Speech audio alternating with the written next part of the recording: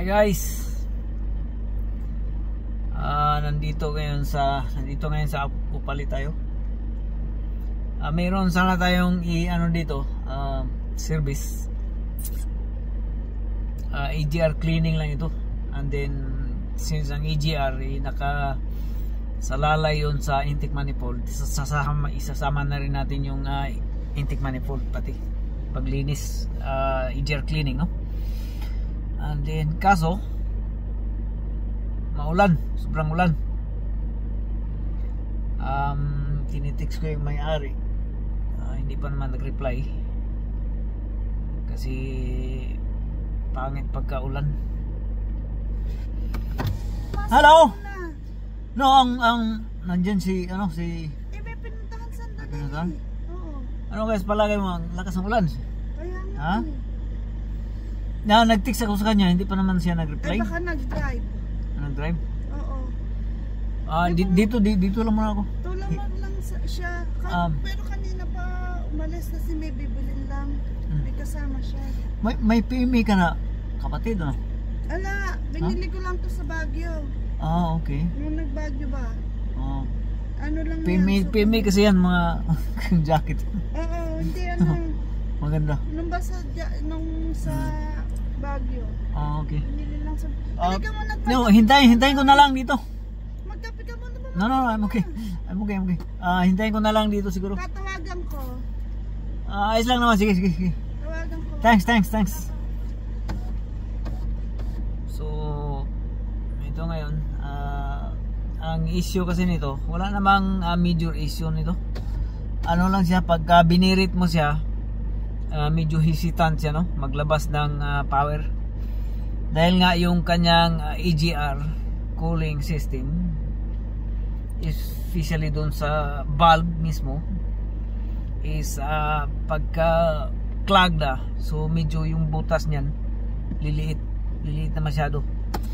So kailangan yung carbon matanggal yung carbon, most likely, para maluwang yung daluyan ng power. Pagka meron siya, pagka binirit mo siya, so yung kanyang exhaust pressure malakas na ang daluyan, at saka yung valve, EGR valve, automatic mag-kick in, open and close. Kasi pagka yung EGR valve is clogged or dirty, siyempre karamihan nito mag-seize yung kanyang valve, no? Dahil sa sobrang dirty na nga, mag-seize. And then most likely yung iba pinapalitan kaagad. Yung mga EGR valve, hindi naman basta-basta masira yan. Ang lang yan is kulang lang ng linis lang ng konti. Linis, no? So pagka ang sasakyan niyo or ang engine niyo is low power, especially doon sa mga turbo, dito muna kayo maghatol sa mga EGR lines, EGR valve, throttle body, pagka hesitant siya at saka medyo low power siya. So ang sa turbo naman is madali lang i-trace kung may sira yung turbo. Kasi pagka may magbibirit ng up to 3,000 o 4,000 RPM, pagka ang actuator niya, yung push rod actuator, is gumagalaw freely at the rates of 4,000 RPM or 3,000 RPM o kahit lower than that, gumagalaw. So ibig sabihin yung turbo actuator niya or yung wastegate is hindi pa sira, no? So ayos pa. And then ang karamihan kasi sa mga one of the factor of the loose power, kaya nga yung EGR clogged or dirty, or yung kanyang turbo intercooler merong butas or burst yung kanyang turbo pipe. And other than that, titingnan nyo rin yung, you have a look into the turbo intercooler as well. or the turbo pipe and turbo intercooler.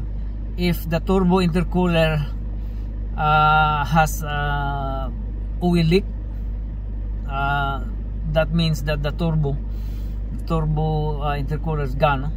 There is leaking on the pressure. So yan po ang palatandaan ng mga turbo intercooler. Mag-lilik po siya, magkukos ng lalabas yung oil leak doon sa kanyang turbo intercooler. So kung meron kayong makikita na turbo intercooler na merong oil leak or any signs of like unusual fluid that is coming from the inside of the turbo intercooler, that means the turbo is leak. That's why it's causing low power as well. And then saka most likely yung check nyo rin yung turbo pipe. 10 minutes na lang daw. 10 minutes, okay. Hintayin ko na lang dito. Meron naman daw siyang gazebo, open na lang daw. Gazebo? Oo. Sige, titingnan natin. Para daw open, para titingnan natin kung okay. Gusto mo ba yung susi o hintayin mo na siya? Hintayin ko na lang. Hintayin ko na lang dito. Pumasok ka muna. No. I'm okay here. I'm okay. Hintayin ko na lang siya. Kitang kape. Uminom, kung ayaw mong pumasok. Sige, meron ka.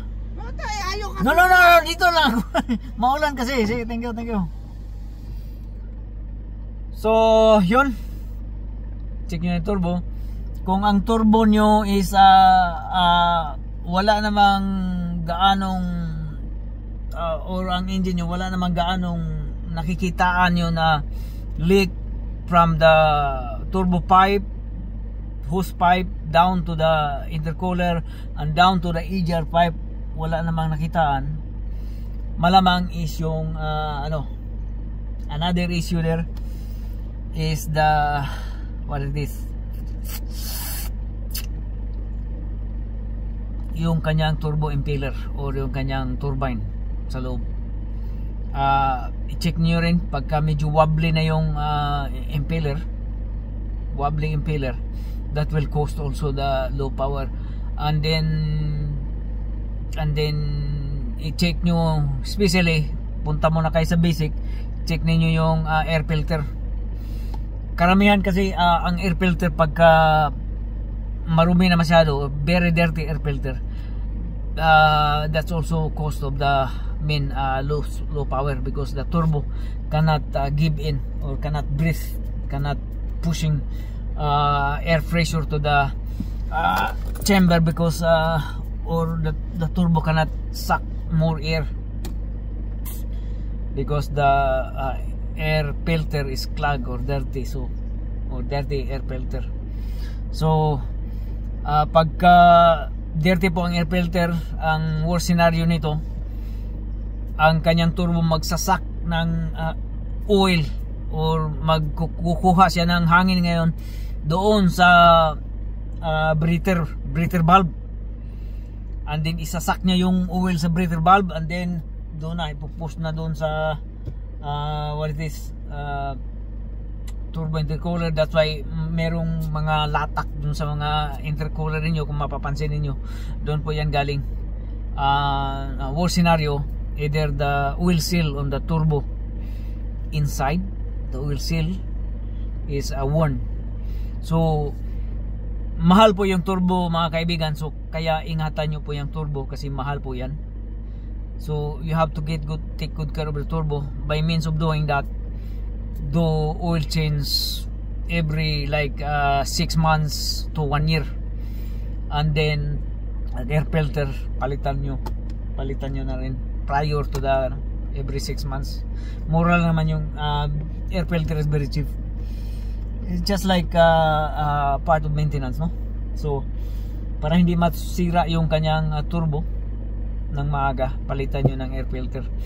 Kasi pagka sobrang dumi na po yung kanyang air filter, itong mga marumi, higupin niya yan sa turbine, and then diyan na po magkakaroon ng deformation doon sa kanyang turbine or yung kanyang impeller, dahil yung kanyang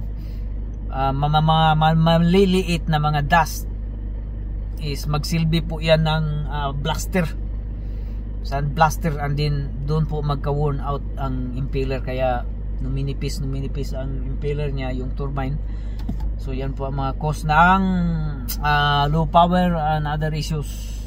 So change air filter and then do regular oil change every 6 months, no less than 1 year,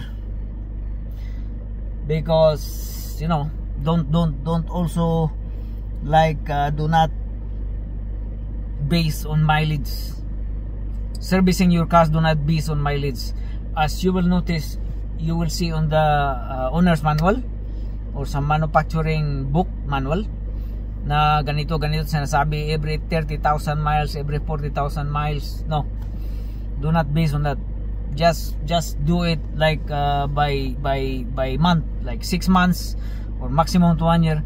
Kasi ganito po yan, ang pag binabase ninyo sa sa mileage, halimbawa nandun sa traffic kayo, na traffic, obviously ang engine is running, and then yet the odometer is not running because the vehicle is stationary.